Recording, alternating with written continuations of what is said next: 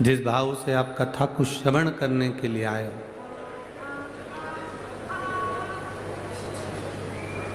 कहते हैं कि राम जी जब अवध के राजा बने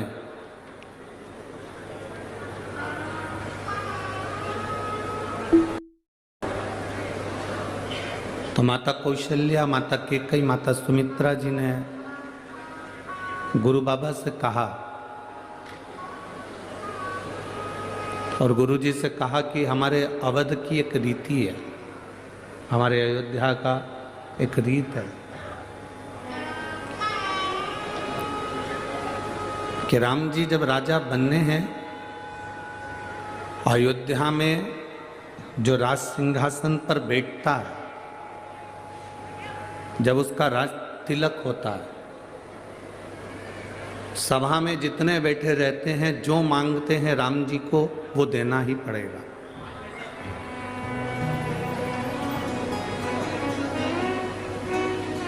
हमारे अयोध्या की एक रीत है, अवध का राजा जो बनेगा, अयोध्या में जो राजा बनकर बैठेंगे, राज तिलक के समय पर जो मांगा जाएगा वो देना पड़ेगा।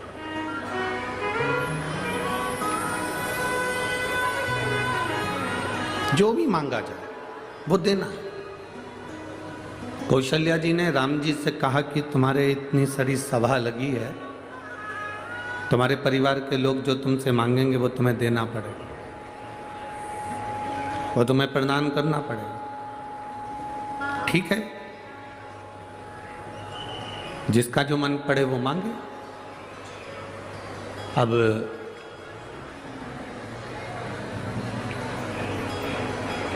लक्ष्मण जी से कहा कि पहले तुम जाओ मांगने के लिए, क्योंकि तुम भी 14 वर्ष का वनवास से वापस लौट कर आए। बहुत सावधानी से कथा सुनना। 40 गांव में 5 दिन की कथा मिली है। इतनी झोली भरकर सुनना कि बाबा अगली कथा में एक पत्र तुम्हारा भी भेजे और उसमें लिखा हो कि मेरे मन की बात बाबा ने पूर्ण कर।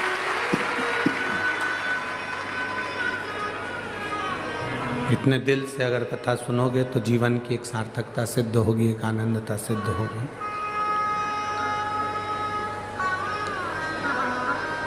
लक्ष्मण जी को भेजा कि पहले तुम मांगो। लक्ष्मण जी गए, भैया राम के चरणों को प्रणाम किया।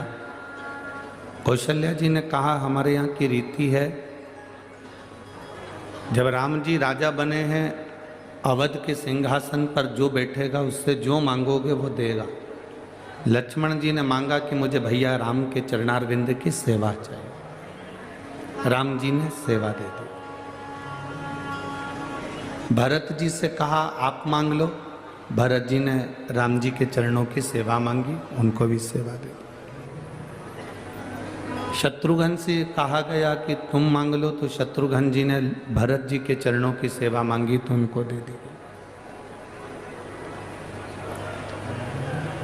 उर्मिला आई, उन्होंने अवध के सेवा मांगी, सेवा दे दी।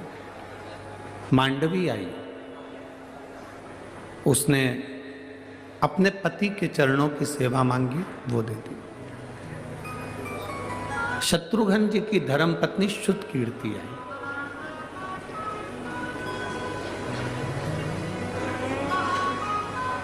और शुद्ध कीर्ति ने राम जी से कहा कि भैया राम, मैं आपसे जो मांगूंगी आप वो मुझे दे दोगे?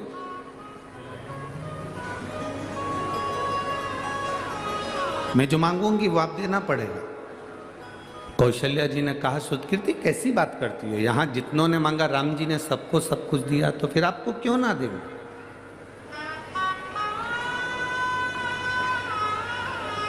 आपको मना थोड़ी ना है, आप मांगोगे आपको मिलेगा। मांगो, आपको क्या चाहिए? सुतकीर्ति ने कहा कि मैं जो मांगूंगी वो दे दोगे, पहले विचार कर लो भैया राम। भैया राम, आप पहले विचार करो, जो मांगूंगी वो देना पड़ेगा। हाँ मांगो। सुतकीर्ति ने फिर कहा पक्का? पक्का। सीता जी ने कहा श्रुतकीर्ति तू मेरी बहन होकर ऐसा बोल रही है, तू तो मांग ले जो चाहिए तेरे को राम जी से। श्रुतकीर्ति ने कहा पहले मुझे संकल्प दो कि मैं जो मांगूंगी वो मुझे देना पड़ेगा। सीता जी कहती हैं ऐसी बात कर रही हो तुम तो कि संकल्प दो। कैकेयी को थोड़ा सा भय होने लगा। कैकेयी को लगा कि मैंने 14 वर्ष का वनवास राम जी को दिया था, कहीं ये श्रुतकीर्ति वापिस राम जी को वनवास ना दे दो। उसे भय हो रहा, उसको भय उत्पन्न हो रहा।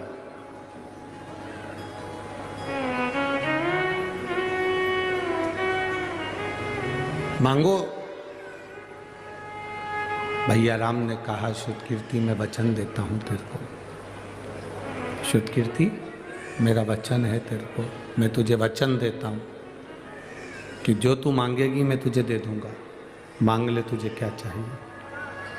श्रुतकीर्ति कहती है भैया राम से, श्रुतकीर्ति कह रही है राम जी से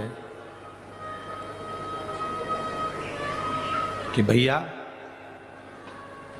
मुझे केवल आपने जो वन में कपड़े पहने थे, वल्कल वस्त्र, वो वन के कपड़े मुझे दे दीजिए। राम जी ने पूछा तू उस वल्कल वस्त्र का, उस वन के कपड़ों का, उस वनवासी वस्त्र का करेगी क्या? श्रुतकीर्ति कहती है जो राम अवध के राजा बनने वाले थे, समय के चक्र ने घुमाकर उनको 14 वर्ष के लिए वन भेज दिया है। घड़ी बांधना अपने हाथ में है, पर घड़ी का समय अपने हाथ में नहीं है। अच्छा और बुरा समय उस काल अधिपति महाकाल के हाथ में। ये अपने हाथ में नहीं है, ये अपने हाथ के अंतर्गत नहीं है।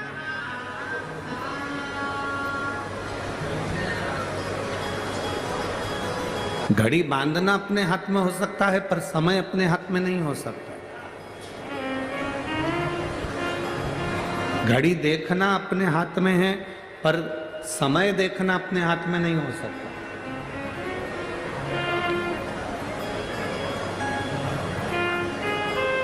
दुनिया का कितना बड़े से बड़ा विद्वान व्यक्ति क्यों ना हो, बड़े से बड़ा ज्ञानी व्यक्ति क्यों ना हो, बड़े से बड़ा चतुर व्यक्ति क्यों ना हो, कितना बड़ा भी ज्योतिष आचार्य क्यों ना हो, कितना बड़ा भी विद्वान व्यक्ति क्यों ना हो, कितना